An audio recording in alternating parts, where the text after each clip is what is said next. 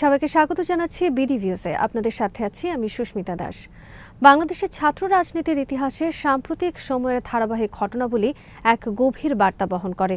ঢাকা বিশ্ববিদ্যালয়ের ছাত্র সংসদ নির্বাচন তথা ডাকসু, জাহাঙ্গীরনগর বিশ্ববিদ্যালয়ের জাকসু, চট্টগ্রাম বিশ্ববিদ্যালয়ের চাকসু এবং সর্বশেষ রাজশাহী বিশ্ববিদ্যালয়ের রাকসু, এই চারটি গুরুত্বপূর্ণ নির্বাচনে ইসলামী ছাত্র শিবির সমর্থিত প্যানেলের ঐতিহাসিক বিজয় এই প্রজন্মের পছন্দ সম্পর্কে যেন নতুন বার্তা দেয়। একই সাথে ইসলামী ছাত্র সংগঠনগুলোর কৌশল পরিবর্তন এবং ছাত্র জনতার আস্থা অর্জনের প্রয়াসও এই বিজয়ের মধ্য দিয়ে প্রতিফলিত হয়। কিন্তু কী কারণে রাজনৈতিকভাবে সচেতন এই তরুণ প্রজন্মের মনস্তত্ত্বে এত বড় পরিবর্তন ঘটে গেল? বিস্তারিত থাকছে আলী আহমদ মাবরুরের প্রতিবেদনে।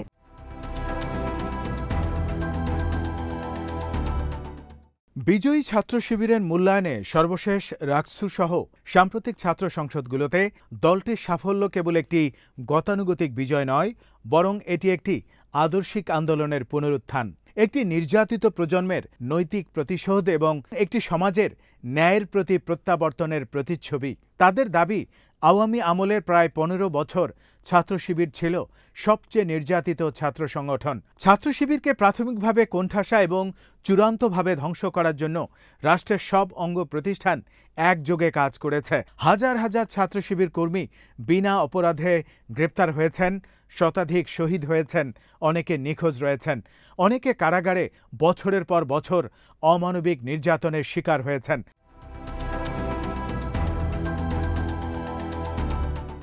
তবে কোনো আদর্শবাদী সংগঠনকে এভাবে দমন করা যায় না, বরং ত্যাগ, তিতিক্ষা, নির্যাতনের মধ্য দিয়ে শিবির এদেশের ছাত্র জনতার মনে আরও গভীরভাবে ঠাঁই করে নিয়েছে, যার প্রমাণ সাম্প্রতিক ছাত্র সংসদ নির্বাচনে শিবিরের ধারাবাহিক বিজয়।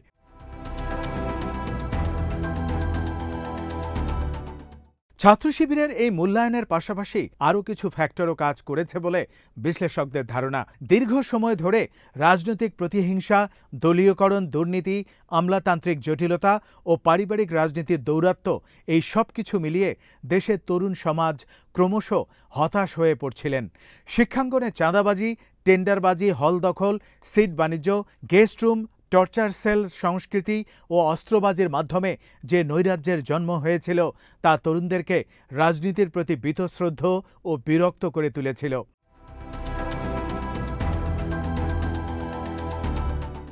এই প্রেক্ষাপটে ইসলামী ছাত্র শিবিরের কৌশল ছাত্রদের মন জয় করেছে। তারা ক্যাম্পাসে প্রকাশ্যে কাজ করার সুযোগ পায়নি অনেক বিশ্ববিদ্যালয়, তবে ছাত্রদের সাথে তাদের যোগাযোগ ছিল। নানা ধরনের প্রশিক্ষণ প্রোগ্রাম চালিয়েছিল, ছাত্রদের ভর্তিতে সহায়তা করেছিল, যারা হলে সিট পায়নি তাদের আবাসন ব্যবস্থা করে দিয়েছিল। এ কারণেই যতই দমন হোক, শিক্ষার্থীদের একটি অংশ নীরবে তাদের আদর্শের প্রতি আস্থা রেখেছে।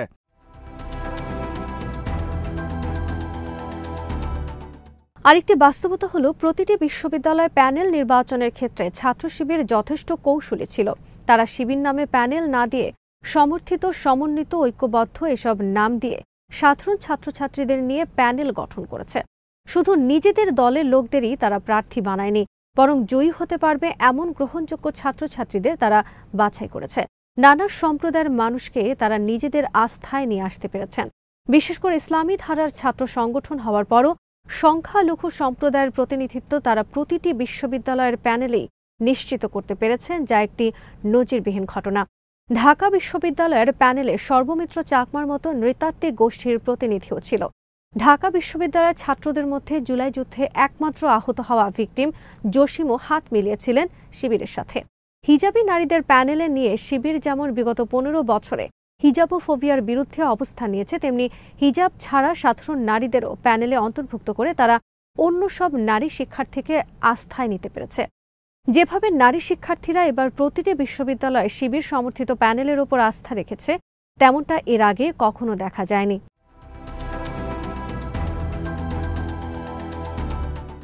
তাছাড়া ছাত্র শিবিরের সমর্থিত এই প্যানেলগুলোর সাথে সাধারণ ছাত্রছাত্রীরা কানেক্ট করতে পেরেছিল, কেননা এই প্যানেলের প্রার্থীরা ছিল তাদেরই নিকটজন। এখানে কোনো আদু ভাইকে প্রার্থী করা হয়নি। প্রতিটি প্রার্থী জুলাই বিপ্লবে সক্রিয় ছিলেন। জুলাই বিপ্লব পরবর্তী 1 বছরে তারা নিরন্তর ছাত্রদের পাশে ছিলেন। গঠনমূলক ও ছাত্রবান্ধব সব প্রোগ্রাম করেছেন। নারীদের নিরাপত্তা নিশ্চিত করেছেন। প্রতিপক্ষের নির্লজ্জ মিথ্যাচারের মুখেও সংযত ছিলেন, কটু কথা বলেননি। সস্তা কথা বলে জনপ্রিয়তা বাড়ানোর চেষ্টা করেননি। এই কারণে তারা ছাত্র জনতার বিপুল সমর্থন পেয়েছেন।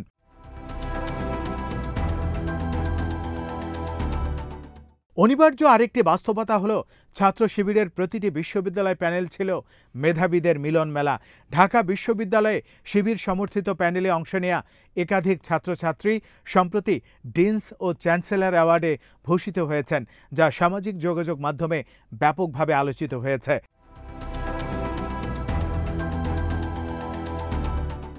আরেকটি লক্ষণীয় বিষয় হলো, তথাকথিত মূলধারার মিডিয়াগুলো শেখ হাসিনার আমলে যেভাবে একপেশে সংবাদ পরিবেশনের মাধ্যমে জনগণের আস্থা হারিয়ে ফেলেছিল, তা এখনও অব্যাহত রয়েছে। দেশের মূলধারার অধিকাংশ গণমাধ্যম শিবিরের প্রার্থীর সাফল্যকে আড়াল করার চেষ্টা করেছে। তারা নির্বাচনী প্রচারণায় সংগঠনের ইতিবাচক কার্যক্রম বা শিক্ষার্থীদের সমর্থনের চিত্র খুব কমই তুলে ধরেছে। কিন্তু শেষ পর্যন্ত বিশ্ববিদ্যালয়ের ছাত্র সমাজ সকল বিভ্রান্তি প্রত্যাখ্যান করে শিবিরকেই বেছে নিয়েছে। বিশেষ করে আওয়ামী লীগ যে ভাষায় শিবিরের বিরুদ্ধে কথা বলতো, অন্যান্য দলের নেতাকর্মীদের মুখে একই ভাষা নতুন বাংলাদেশের ছাত্রছাত্রীরা কোনোভাবেই মেনে নেয়নি। মিডিয়াগুলোর একপেশে ভূমিকা উল্টো যেন ব্যাকফায়ার করেছে, যার বেনিফিট পেয়েছে ছাত্র শিবিরের প্রার্থীরা।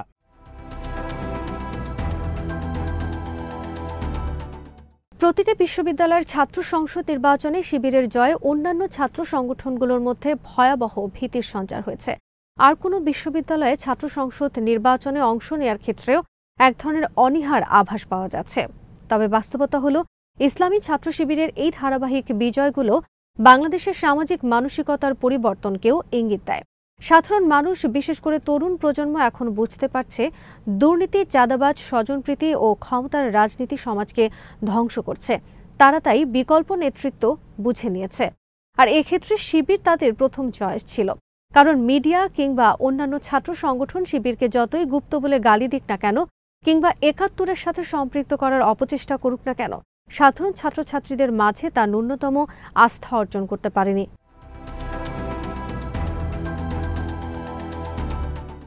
শিবিরের পক্ষে ছাত্র জনতার আস্থা রাখার আরেকটি বড় কারণ হল জুলাই অভ্যুত্থানের ছাত্র শিবিরের সক্রিয় ভূমিকা।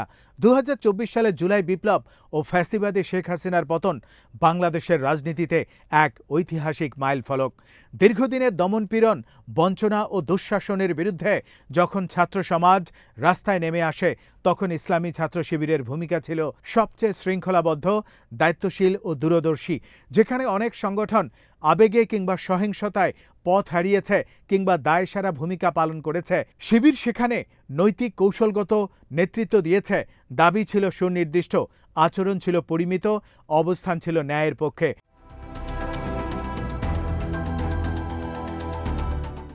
সমন্বয়কদের সাথে সমন্বয় করা, তাদেরকে দিক নির্দেশনা দেয়া, ক্ষেত্র বিশেষে নিজেরাই সমন্বয়কের ভূমিকা পালন করার মাধ্যমে ছাত্র শিবিরের নেতাকর্মীরা জুলাই বিপ্লব সফল করার ক্ষেত্রে নেপথ্যের গুরুত্বপূর্ণ ভূমিকা পালন করেন।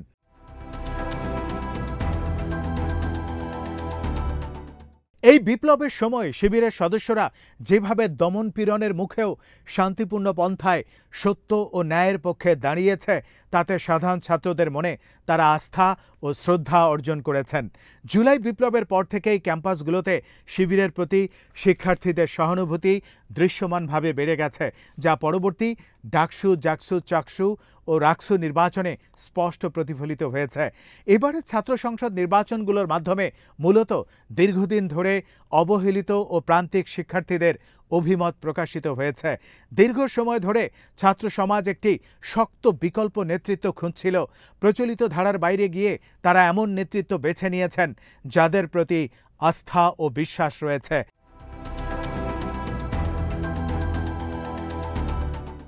দ্বিতীয়ত, এটি একটি স্পষ্ট ইঙ্গিত যে দেশের রাজনৈতিক প্রেক্ষাপটে পরিবর্তনের চাহিদা ক্রমেই প্রবল হয়ে উঠছে।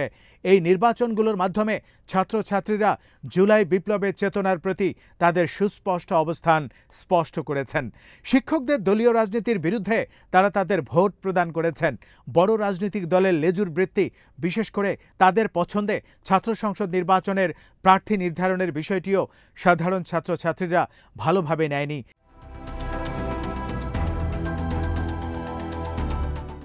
ঢাকা বিশ্ববিদ্যালয়ের ছাত্র সংসদ নির্বাচন আগে অনুষ্ঠিত হওয়ায় এবং সেখানে ছাত্র শিবির সমর্থিত প্যানেল জয় পাওয়ায় পরবর্তী বিশ্ববিদ্যালয়গুলোর ছাত্র সংসদ নির্বাচনে শিবিরকে প্রতিহত করতে নানা প্রচেষ্টা চালানো হয়েছিল, কিন্তু তাতেও কোনো লাভ হয়নি। ছাত্র নেতারা তাদের অবস্থান ও চিন্তায় যে অটল ছিল তাও স্পষ্ট হয়েছে পরবর্তী 3টি ছাত্র সংসদ নির্বাচনেও।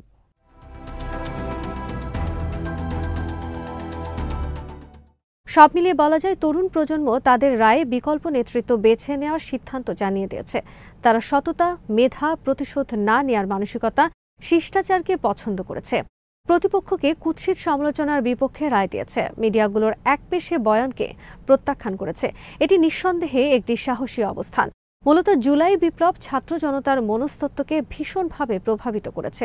যেভাবে বাংলাদেশ এতদিন ধরে চলে এসেছে, রাজনীতিবিদেরা যে একঘেয়ে স্টাইলে দেশ পরিচালনা করেছেন তাকে তারা প্রত্যাখ্যান করেছে।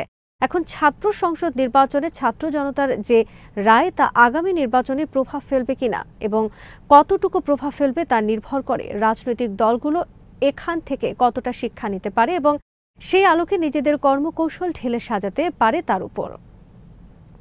আজ এখানেই শেষ করছি। সবাই ভালো থাকুন, সুস্থ থাকুন আর দেখতে থাকুন বিডি ভিউজ।